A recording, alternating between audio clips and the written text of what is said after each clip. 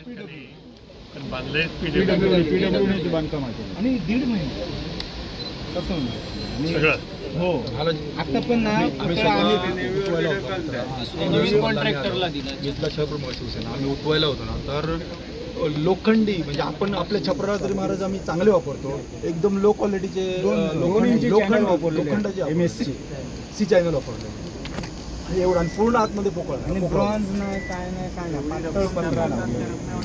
काम करताना आतमध्ये कोणाला प्रवेश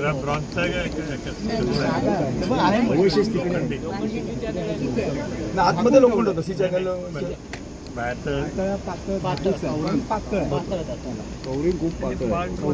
बिल्डिंग केलं हा नुसते सी चॅनल होते एवढे सी चॅनल जाड होते चॅनलचा असा आतमध्ये झाडा केलेला आणि त्याच्यावर ती बॉडी फिट केली आणि पाईप अटॅच केले ना त्यांनी सी अँगल अटॅच केले वरपर्यंत गेले ना ते अँगल अटॅच करत म्हणजे जर मुळापासून बेंड झाले असतात हे बोलतात की वारा त्यांची खूप होता तुफान वारा होता बाजूला जर बघितलं तर पत्रे आहेत घरावर जुने पत्रे घेतले ते उडाले नाही किंवा इथे आजूबाजूच्या परिसरात एकही असा विषय नाही की झाड किंवा कुठे काय पडले नाही जर वारा असता तर आजूबाजूची घरं पडली झाडं पडली असती लोकांचे पत्रे उडाले हा सर्वसाधारण आम्ही स्वतः एक मच्छीमार म्हणून सांगू शकतो बांधकाम खातं हात झालं आता बांधकाम खातं आहे ना हात झालं PWD आम्ही नवीला कळवलं 10 दिवसापूर्वी पत्र दिलं ते 10 दिवसापूर्वीचं पण नसेल कालच त्यांनी त्या मारून 20 तारखेला दुर्घटना किती तारखेला 25 इतिहासात अशी घटना जिथं छत्रपती शिवाजी महाराजांचा पुतळा कोसळला अशी कुठंच घटना घडलेली नाही ही दुःखद घटना झाली आहे सर्वांसाठी झाली आहे कुठल्या पक्षासाठी किंवा कुठल्या ठराविक लोकांसाठी किंवा कुठल्या जाती धर्मासाठी नाही सगळ्यांसाठीच ही दुःखद घटना आहे आणि अशी घटना घडली ही का घडली हे जरासं पाहिलं पाहिजे आता जिथं आपण जर सर्वांनी पाहिलं तर त्याच्यावरच लक्षात येतं आहे की त्याचं बांधकाम निकृष्ट दर्जाचं होतं कोणी केलं कोणी नाही केलं हा तुम्ही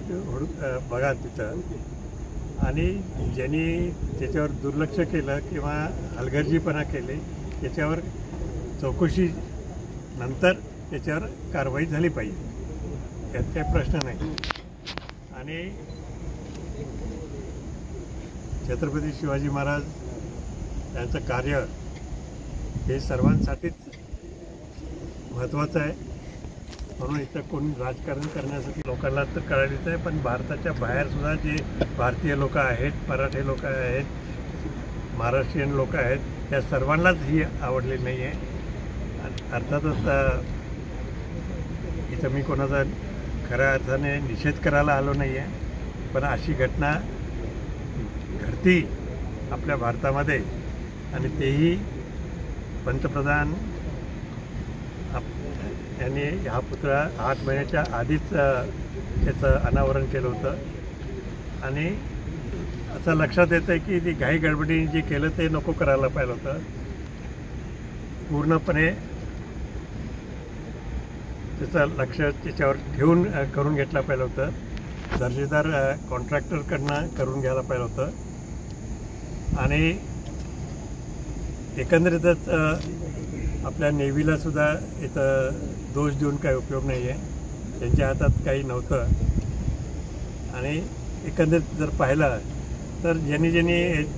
हे बांधकामामध्ये ज्याचा सहभाग आहे ते आपल्याला माहीतच आहेत ते कोण कोण आहेत त्या सर्वांनाच याचा मोठी व्यवस्थित चौकशी झाली पाहिजे चौकशी त्या नंतर जे काय आपल्याला कार्य करायचं असेल किंवा कोणावर ॲक्शन घ्यायची असेल ते घेऊ शकतात आणि घेतलीच पाहिजे ॲक्शन कारण असं परत कोणी जनतेला फसू नये शासनालाही फसू नये असं आम्हाला वाटतं आहे